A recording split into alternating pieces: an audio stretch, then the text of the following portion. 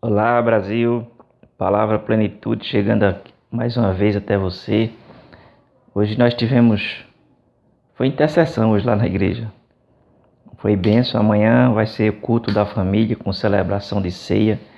Vai ser tremendo. Estaremos dando continuidade à nossa campanha, né, de restauração do altar na família. Você é meu convidado especial ali no bairro. Você que é de Areia, Jardim São Paulo, Jequiá, Estância, Vila Cardeal, Tamandaré, enfim. Você que mora aqui na imediação do bairro, você é meu convidado especial. Amanhã vai ser demais. Ser bênção de Deus. Palavra poderosa, ministração. Pastora Silvana e essa pessoa que vos fala. Olha, querido, veja bem. Não fuja da vontade, do propósito e do chamado de Deus. Nós observamos que no capítulo 1 de Jonas, do capítulo 1 até me parece, capítulo 4, Jonas ele teve um chamado. Todo chamado é para cumprir um propósito. Você está me entendendo? Todo chamado é para cumprir um propósito, que é a vontade soberana de Deus. E o propósito de Deus e a vontade de Deus, o foco de Deus, era salvar a cidade de Nínive. Era um povo que estava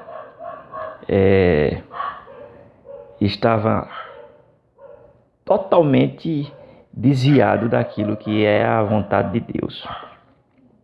Porém, Deus observou que eles não discerniam o direito do esquerdo. Significa que Deus estava querendo dizer que eles não sabiam o certo do errado. Hoje nós estamos vivendo uma sociedade assim. Hoje em dia, para a sociedade, o errado é o certo e o certo é errado. Então, a mente das pessoas está confusa, principalmente dessa nova geração. As pessoas não estão sabendo arrazoar, pensar, raciocinar, tomar decisões e saber realmente o que é certo e o que é errado. As pessoas estão, os pensamentos estão assim de uma forma generalizada, não é isso?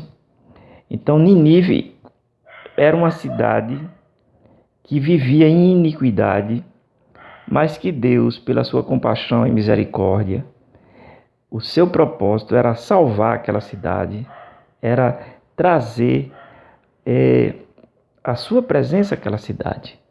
E para que isso acontecesse, claro, Deus tinha que usar uma pessoa. E a pessoa escolhida foi Jonas, filho de Amitai.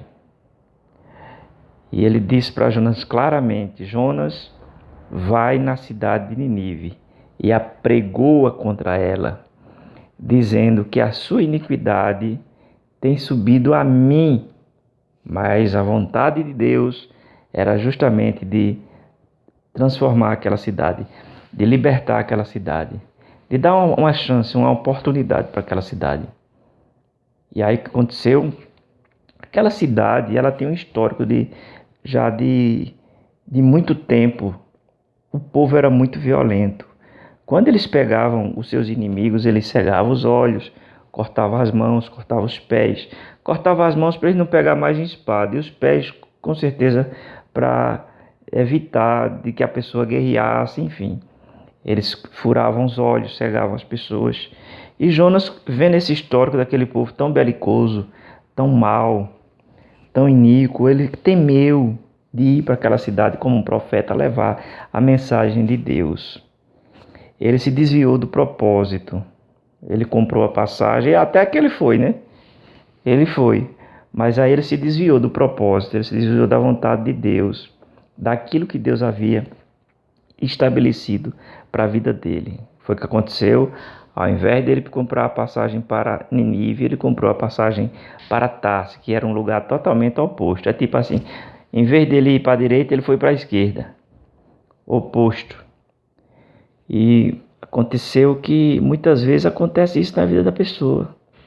Ao invés de fazer a vontade de Deus, ela faz a sua própria vontade, temendo muitas vezes os desafios que vão se levantar. Poxa, se eu for fazer a vontade de Deus, eu vou ter que passar por isso, por aquilo outro, eu vou ter que renunciar a mim mesmo, eu vou ter que dar o meu tempo, eu vou ter que, enfim, viver para aquele projeto. E muitas vezes as pessoas não querem, as pessoas não se dispõem a viver aquilo que realmente Deus está requerendo delas. E o que acontece, muitos fogem da vontade de Deus para justamente fazer a sua própria vontade. Então nós temos tantos exemplos na Bíblia, não é? A questão do jovem rico, não é verdade? E outros, e outros, e outros que fugiram da vontade de Deus. E o que aconteceu foi que ele pagou a passagem, ele entrou no navio e foi viagem. Ficou lá no porão do navio e Deus enviou o que, gente? Uma grande tempestade, não foi assim? Uma grande tempestade. Quando a gente foge do propósito de Deus, da vontade de Deus, as tempestades, elas aumentam, elas se levantam, problemas, adversidades. Muitas vezes o navio, ele, pende para um lado, pende para o outro, e as lutas e muitas coisas acontecem. A pessoa se sente vazio, se sente desalinhado daquilo que é a vontade de Deus. E as pessoas muitas vezes não percebem, não discernem, que realmente elas têm que voltar para o centro daquilo que Deus tem determinado para a sua vida. E por isso que muitas pessoas sofrem, padecem, muitas pessoas até encerram seu ciclo. Por quê?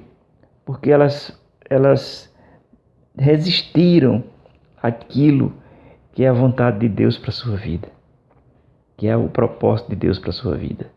Quando a pessoa se afasta, a pessoa fica infeliz, fica triste, amargurada, fica muitas vezes com depressão, enfermidades afloram na sua vida, muitas coisas acontecem, não é? Porque a pessoa não deu ouvido àquilo que é a vontade de Deus. Então levantou uma grande tempestade naquele navio, não é? E aí aquele povo, cada um começou a clamar ao seu Deus, nenhuma resposta houve. E aí Jonas estava lá dentro lá no porão, pegaram Jonas, levaram lá para cima e disseram: clama ao teu Deus, o que é que está acontecendo, rapaz? Jonas disse: olha, eu temo ao Deus que fez o céu e a terra, eu sou judeu. E começou a revelar quem ele era. E aí descobriram que toda aquela tempestade, todos aqueles problemas que estavam acontecendo, era por causa de Jonas. Jonas era o culpado. E aí o que aconteceu? Pegaram Jonas e colocaram no mar. Deus envia ali um ser. Um diz que é uma baleia, um diz que é um peixe. Pronto, um peixe. Era baleia ou peixe, eu não sei. Eu sei que foi um peixe. Engoliu Jonas e Jonas ficou no ventre daquele peixe. Ali agonizando, com falta de ar. Aquele ambiente, de alimentação ali no estômago daquele peixe. Eu sei que ele sofreu muito ali. Ele ficou 3 dias ali, sofrendo. E aí o que acontece? Aquele peixe, ele deixa Jonas à beira-mar ali em Nínive. E Jonas foge, sobe um monte bem alto, fugindo da vontade de Deus, do propósito de Deus. E aí ele se refugia, dá um grande sol, tem uma árvorezinha pequena, ele se refugia e a árvore morre, a temperatura é muito grande, ele tem pena da árvore. Aí Deus vai e diz assim: Jonas, tu tem pena dessa árvore, e eu não haveria de ter pena de 120.000 habitantes da cidade de Nínive, Jonas. Deus dá uma lição de moral para Jonas e reaviva em Jonas o chamado. Dá uma mensagem de vai e fala o rei, fala a cidade, prega e anuncia a minha palavra. E Jonas assim fez. Então os animais, eu sei que houve jejum na cidade, houve um mover de Deus, uma unção se manifestou, a palavra começou a tocar o coração do povo. E as pessoas começaram a se arrepender e elas começaram a se converter. E Deus começou a trazer um avivamento naquela cidade. E aquela cidade se converte, aquele povo se arrepende, porque ele se inteirou, ele voltou ao princípio de tudo, ele voltou ao seu chamado. E quando ele voltou ao seu chamado, Deus começou a usar ele poderosamente. Quero dizer para você, Talvez você esteja parado, esteja desanimado, talvez você tenha até se decepcionado com alguém, com alguma pessoa, com sei lá com quem. Você parou, está aí na caverna.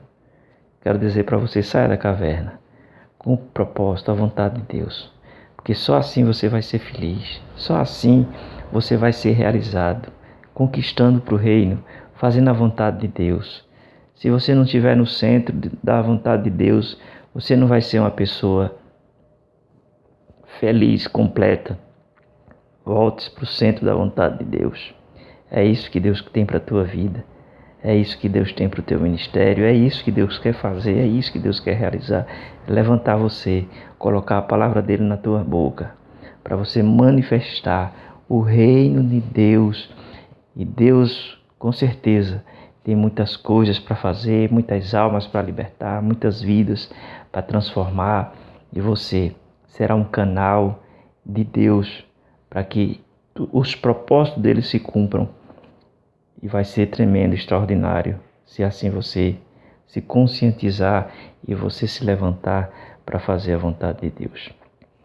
Vimos outro caso, Paulo, capítulo 9 de Atos, quando Paulo ele chega, ele vai para perseguir cristão, matar, prender, enfim. E ali o que acontece? O que acontece é que ele tem um encontro com o Eterno, com Jesus Cristo. E ali a vida dele muda e ele passa a cumprir, a viver o propósito chamado extraordinário de Deus, que se torna o maior apóstolo, né? Nós podemos dizer daquele tempo e que se reflete até hoje nos dias atuais, porque ele ouviu a voz de Deus e obedeceu a voz de Deus. Tá bom? Vou ficando por aqui. Amanhã é domingo, nós teremos Santa Ceia, um culto poderoso e com certeza Deus vai te abençoar, vai mudar a tua história, vai mudar a tua vida, tua casa, tua família, e vai trazer um tempo totalmente extraordinário para você viver os milagres, as promessas e as vitórias de Deus para a tua vida. Vou ficando por aqui. Beijo no coração e a gente se vê.